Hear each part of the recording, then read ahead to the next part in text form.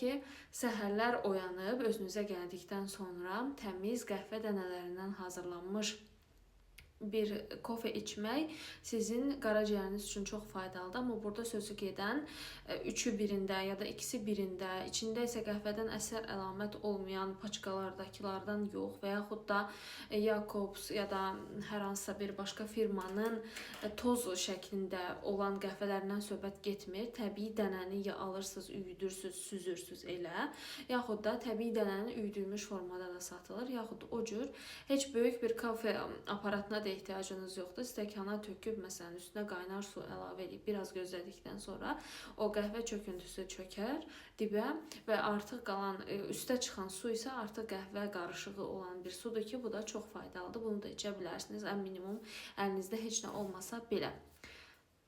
Sonda unutmamaq lazımdır ki, qaraciyər yağlanması bir yerə qədər